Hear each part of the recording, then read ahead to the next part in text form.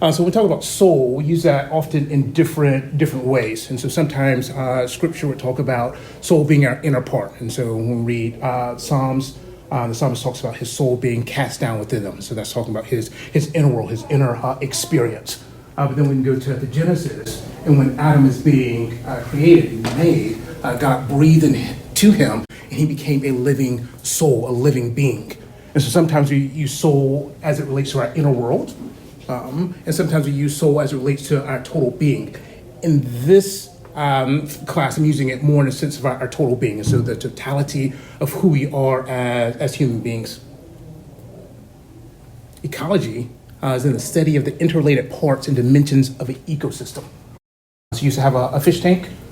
Fish tank was a little mini ecosystem, and so it had the fish and the live plants, and you had to make sure that the oxygen levels and the pH levels and all that stuff was balanced. It was its own little ecosystem. We can think about this on the macro level, that we have the plants and trees and waters and all that stuff outside. And when something impacts one aspect of the ecosystem, it has a ripple effect on the rest. And so if we have polluted water, at some point that will impact the species and livestock and the like. And it wouldn't be enough just to say, all right, let's treat the livestock if we don't actually back up and treat the water pollution. That is all interrelated. And so when we're talking about the ecology of the soul, we're talking about all our interrelated parts and how they work with each other. And so in the counseling field, we call this the Biocycle social approach. Coming from a Christian perspective, I then make sure that we add a spiritual component to that as well. So Biocycle social spiritual approach. And so what is our biology? Our biology is simply our physical beings. And so this is our hormones and our health. And so if something is going on wrong with you physically, you would generally go to a medical doctor to get that sorted through, get that figured out. So when we talk about biology, that's simply we are physical beings. We have a biology.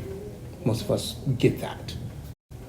Psychology is then our mind and emotions. And this is, again, where sometimes I use the word soul. And so our psyche and soul is referring to the same thing, which is simply what psychology means. Psyche and soul is coming from the same language there.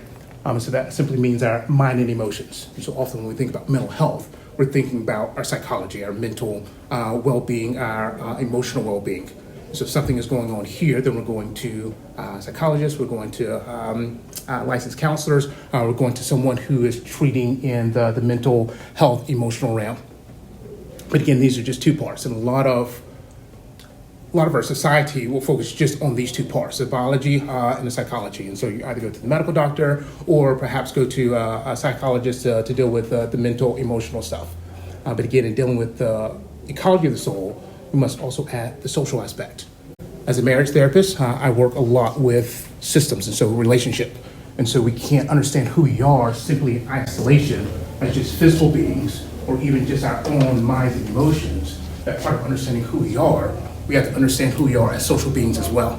And so what is your marriage like? What are your friendships like? What is your community like? And all of that can play into our soul well-being as well. And then finally, the spiritual component. And so this, at least in two levels, one is our life with God. And so personally, our life with God. And so how are we doing in our own discipleship? How are we doing in our own walk with God? But then as we're talking about on Sunday morning, those transcendent realities, that part of spiritual warfare is that it's not just about us and our life with God, that we live in spiritual warfare. There's these spiritual forces of good and evil that we must be aware of, that contend with as well. And so in understanding who we are, some like with the social, we can't understand ourselves in isolation outside of our relationships. On a spiritual level, we can't understand ourselves outside of the spiritual realm as well.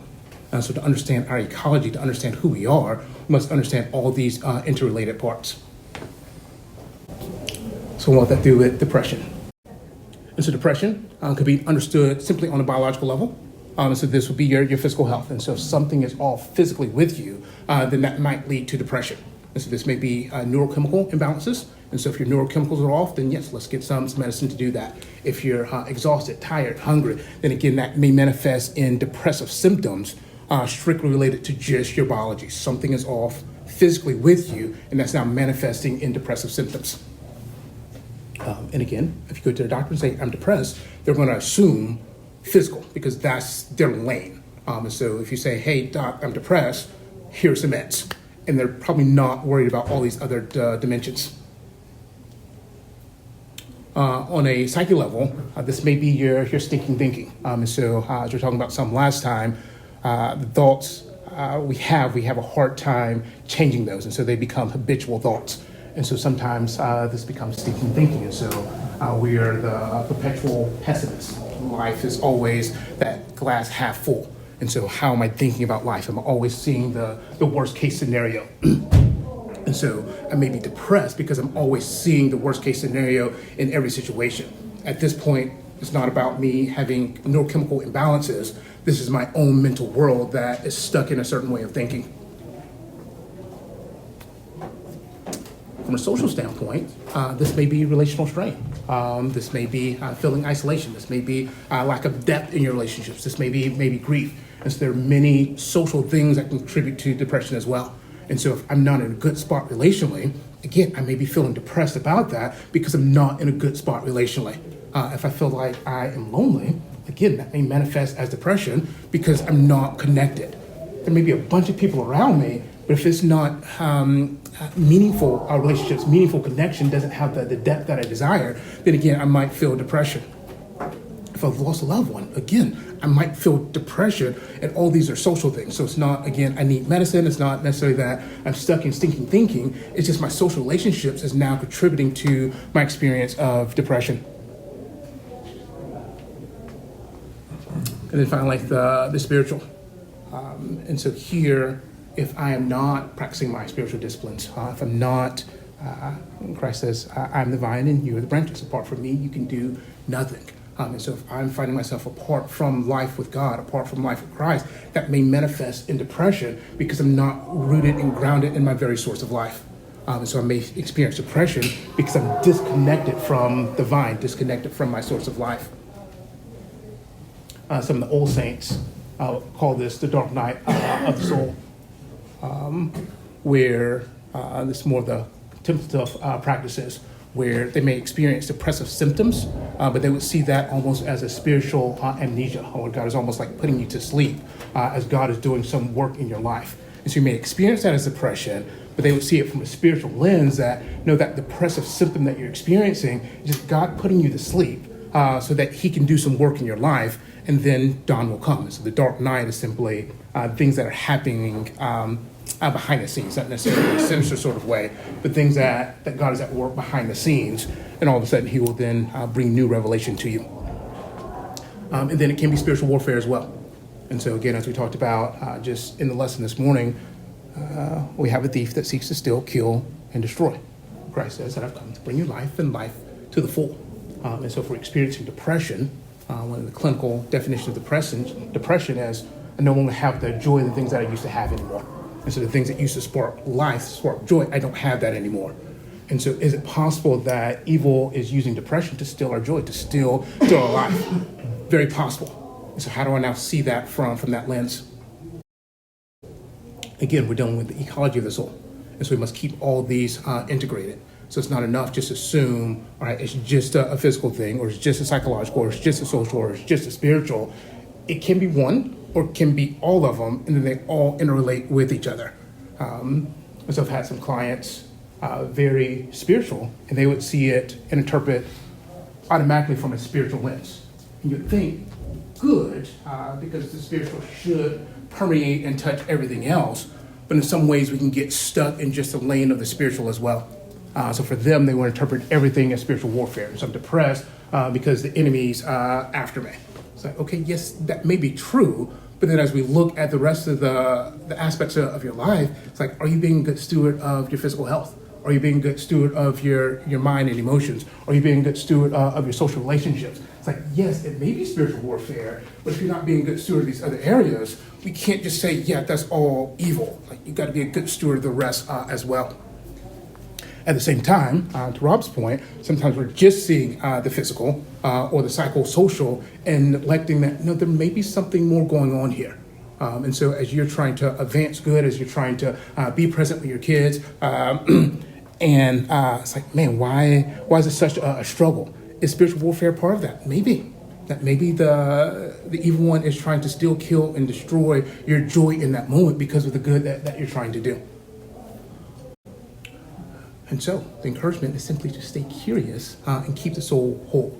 So when someone is experiencing depression, anxiety, whatever, like, how do I be curious about that? And so instead of assuming that, oh, like, you just need professional help and you just need to go see someone, it's like, how do I be curious about that of, all right, what might be going on in your story?